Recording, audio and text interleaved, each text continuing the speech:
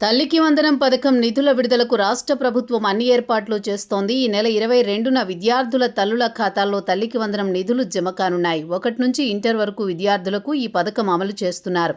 ఇప్పటికే ఏపీ ప్రభుత్వం ఉత్తర్వులు జారీ చేసింది. ఈ పథకం కోసం ఏకంగా 10,000 కోట్ల రూపాయలను నిధులు విడుదల చేసింది. లబ్ధిదారుల బ్యాంకు ఖాతాల్లో ఈ నెల 22న నేరుగా డీబీటీ ద్వారా నగదు జమ చేయనున్నారు. వీటికి సంబంధించిన ప్రభుత్వం అన్ని ఏర్పాట్లు పూర్తి చేసింది. 22 నుంచి నిధుల జమ ప్రక్రియ కొనసాగుతుంది.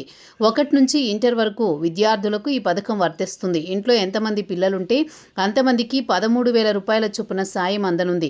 రాష్ట్ర వ్యాప్తంగా 67,47,190 మంది విద్యార్థులకు గాను 42,70,802 మంది తల్లులు, సంరక్షకులకు ఈ పథకం ద్వారా లబ్ధి జరగనుంది. ప్రతి విద్యార్థికి 15,000 రూపాయలు ఆర్థిక సాయం అందించనుండగా అందులో 2,000 చొప్పున పాఠశాలల నిర్వహణ అభివృద్ధి కోసం కేటాయించారు.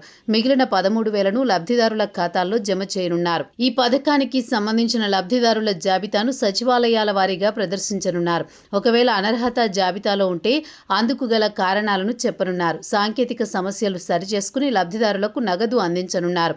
అదే రోజు నుంచి ఆగస్టు 3 వరకు అభ్యంతరాలు, ఫిర్యాదులు స్వీకరిస్తారు. ఆగస్టు 4 నుంచి 10 వరకు వాటిని పరిశీలించి అదనపు అర్హుల జాబితాను సిద్ధం చేయనున్నారు.